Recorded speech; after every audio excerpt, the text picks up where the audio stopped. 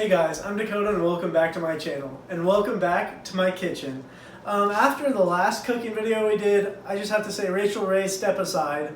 Everybody's new favorite chef is here, and today we're making buffalo chicken sandwiches. I'm also joined by a special guest and sous chef, my sister. Today's list of ingredients include boneless, skinless chicken breast, red hot sauce, pepper jack cheese, ciabatta rolls, and sliced dill pickles. Alright, ladies and gentlemen, so the very first step to this whole sandwich process is to cook your chicken. Personally, I think this is one of the most important steps because no one likes raw chicken or undercooked chicken because you just shouldn't. You could die from that. So we're going to start and we're going to cook this chicken all the way through.